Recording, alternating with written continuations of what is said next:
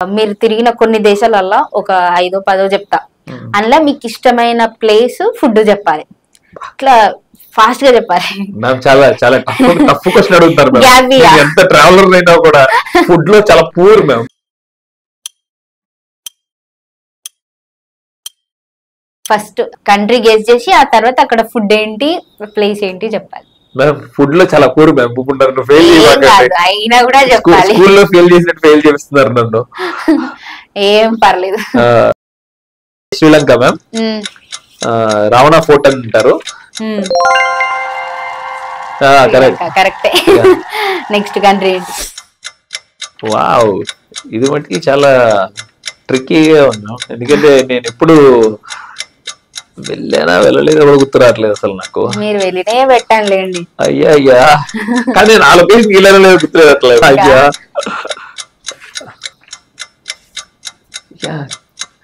అసలు గుర్తు రావట్లేదు. సారీ, స్కిప్ చెప్పాలి, మీరు చెప్పాలి. కొరియా అనుకున్నా, చెప్పలేకపోయాను. 1 మార్క్ లాస్. ఇంకొకటి ఇక్కడ కంట్రీ. వావ్, ఒక్క కంట్రీలో కొన్ని వందల ట్రైబ్స్ ఉంటారు. ఆ ట్రైబ్స్ లో వాళ్ళ వస్త్రధారణ చాలా విచిత్రంగా ఉంటుంది. అది కూడా చెప్పలేకపోతున్నాను. Thailand ma'am. ఇటువైపు ఏమో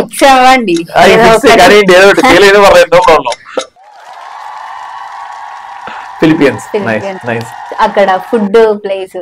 ఫిలిపీన్స్ లో నాకు రీసెంట్ గానే వెళ్ళొచ్చాను మ్యామ్. నాకు అక్కడ ఫిలిపీన్స్ చాలా పెద్దది మ్యామ్.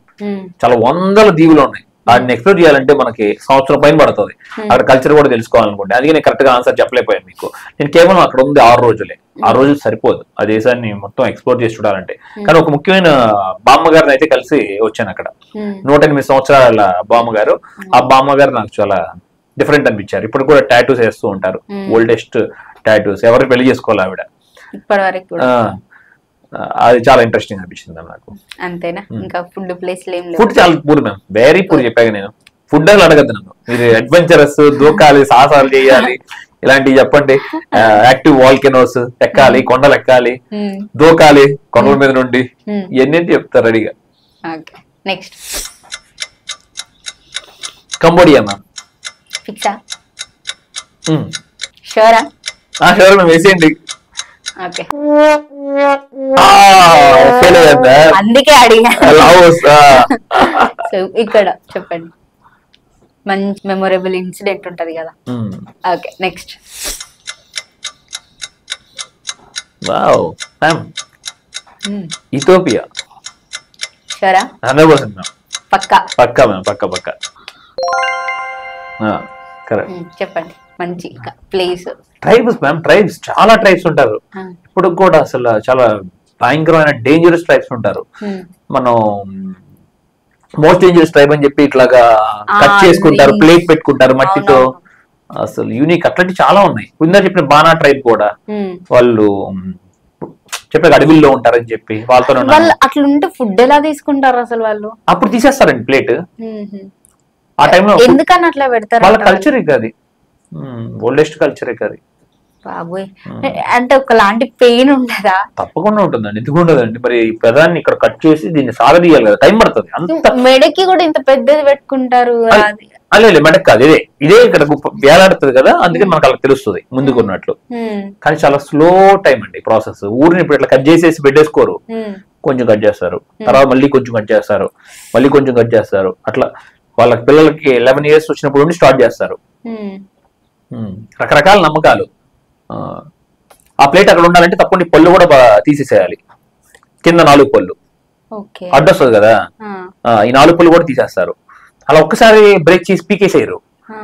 ఒక కర్ర వేసుకుని రాయి పెట్టుకుని కొడతారు. ఇట్లా కొంచెం కదులుతుంది, మళ్ళీ రేపు కొంచెం కదిలేలా, అలా కదిలి కదిలి కదిలి కదిలి ఊడిపోతుంది. నొప్పి అనిపించదు వాళ్ళకి. ఫస్ట్ అది మెత్తగాను తీసుకొచ్చేస్తారు. ఓన్లీ అమ్మాయిలకి, అందరికి అబ్బాయిలకి అమ్మాయిలకి ఉంటుందా? అమ్మాయిలు ఎక్కువ పెట్టుకుంటారండి, అబ్బాయిలు తక్కువ, రేర్.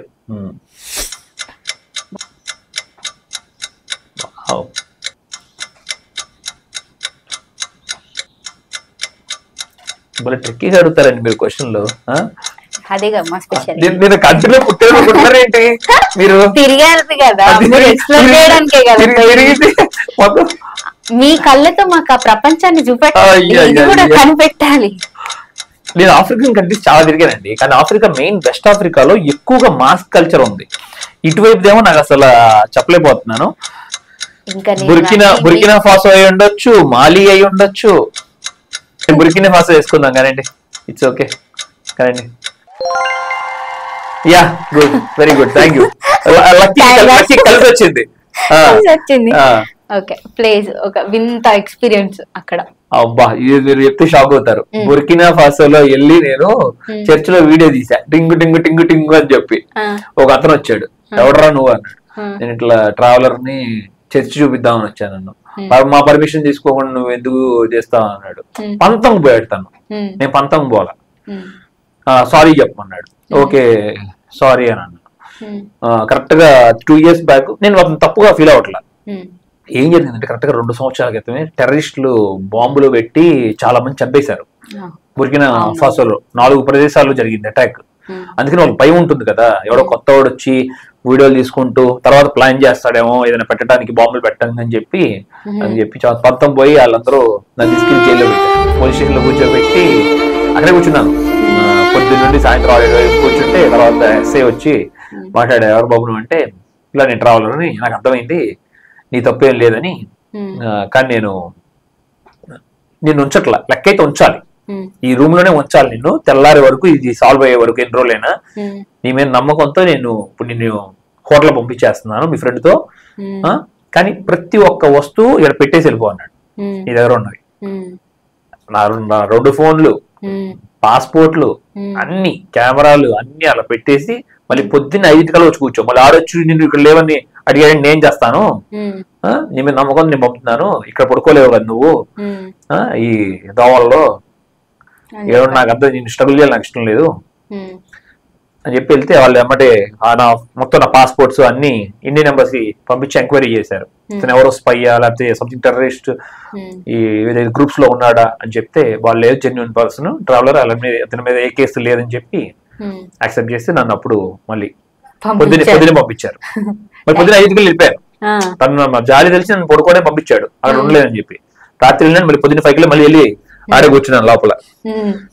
10, 11, 12 అయింది. నెక్స్ట్ డే అన్ని క్లియరెన్స్ వచ్చి పంపించారు.